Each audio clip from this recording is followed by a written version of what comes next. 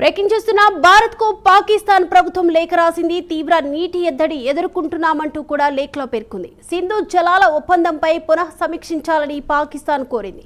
పహల్గామ్ ఉగ్రదాడి తర్వాత భారత్ సింధు జలాల ఒప్పందాన్ని భారత్ రద్దు చేసింది.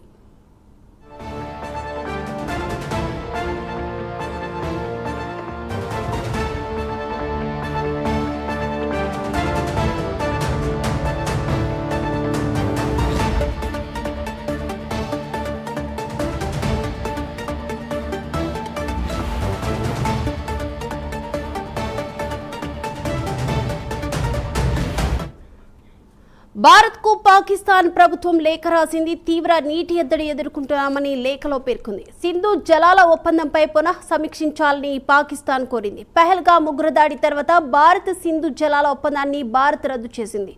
ఓవరాల్ అప్డేట్స్ అందించడానికి మా ప్రతినిధి చంద్రశేఖర్ సిద్ధంగా ఉన్నారు. చంద్రశేఖర్,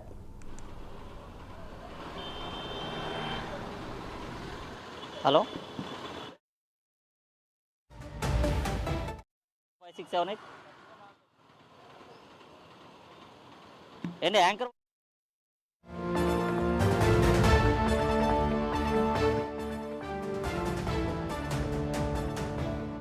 రైట్ దీపిక, చూసుకుంటే ఏదైతే సింధు జలాల ఒప్పందం ఉందో సింధు జలాల ఒప్పందంపై ఒకసారి పునఃసమీక్షించాలంటూ కూడా పాకిస్తాన్ ప్రభుత్వం అయితే భారత ప్రభుత్వానికి లేఖ రాసింది. ప్రధానంగా చూసుకుంటే ఏదైతే పెహల్గామ్ దాడి ఏదైతే ఉందో పెహల్గామ్ దాడిలో దాదాపు 26 మంది సామాన్యమైనటువంటి పౌరుల్ని పొట్టన పెట్టుకున్నటువంటి పాకిస్తాన్కు సంబంధించినటువంటి ఉగ్రవాదులు ఏదైతే ఉన్నారో ఉగ్రవాదులు చేసినటువంటి చర్య ఏదైతే ఉందో యావత్ ప్రపంచమంతా కూడా విస్తుపోయిన పరిస్థితి అయితే కనిపించిందని చెప్పుకోవచ్చు. ఈ నేపథ్యంలో ఏదైతే దానికి సంబంధించినటువంటి ఉగ్రవాదులకు సంబంధించినటువంటి అంశం ఏదైతే ఉందో ఆ అంశానికి సంబంధించి ప్రధానమంత్రి అయితే కీలకమైనటువంటి నిర్ణయమే తీసుకున్నారు. ముఖ్యంగా చూసుకుంటే సింధు జలాల ఒప్పందం ఏదైతే ఉందో సింధు జలాల ఒప్పందాన్ని రద్దు చేస్తూ కూడా పాకిస్తాన్కి వెళ్ళేటటువంటి జలాలన్నింటినీ కూడా అడ్డుకట్ట వేసిన పరిస్థితి కనిపించింది. ఈ నేపథ్యంలో ఏదైతే సింధు జలాలు ఉన్నాయో సింధు జలాలన్నింటినీ కూడా నిలిపివేసిన పరిస్థితి అయితే చూసుకోవచ్చు. ముఖ్యంగా దీనికి సంబంధించినటువంటి అంశం ఏదైతే ఉందో దీంతో కూడా భారతదేశం పైన పాకిస్తాన్ ప్రభుత్వం దాయాది దేశం కూడా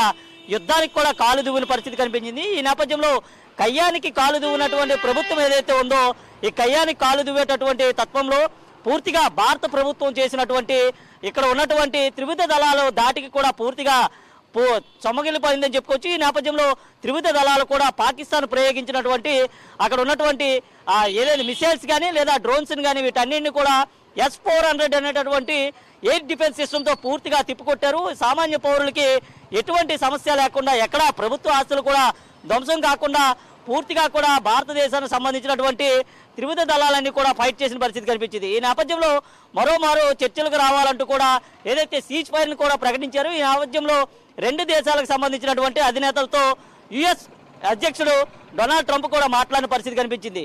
దీంతో ఇరు దేశాలు కూడా సమ్మతంగా వచ్చినప్పటికీ మరలా కూడా ఏదైతే సీజ్ ఫైర్ విధించారో సీజ్ ఫైర్ విధించినటువంటి 3 గంటల్లోనే పూర్తిగా మరలా పాకిస్తాన్కు సంబంధించి కాల్పులకైతే తగబడ్డారు. ఈ నేపథ్యంలో వాటన్నింటి కూడా భారత ప్రభుత్వం తిప్పుకొట్టింది.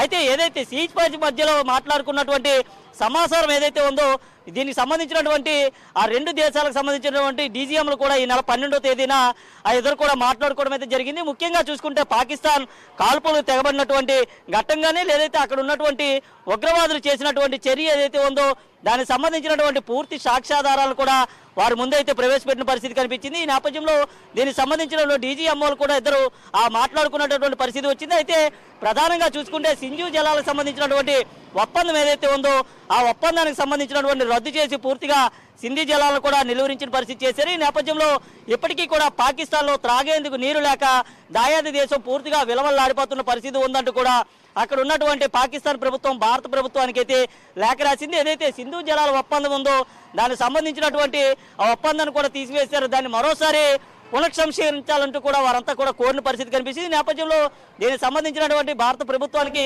లేఖ వచ్చిన పరిస్థితి కనిపించింది. అయితే దీనిపైన 2 రోజుల్లో పూర్తిగా ఆ సమాచారం అందిస్తామంటూ కూడా భారత ప్రభుత్వం అయితే చెప్పినట్లుగా తెలుస్తుంది. Deepika, right, thank you Chandrasekhar.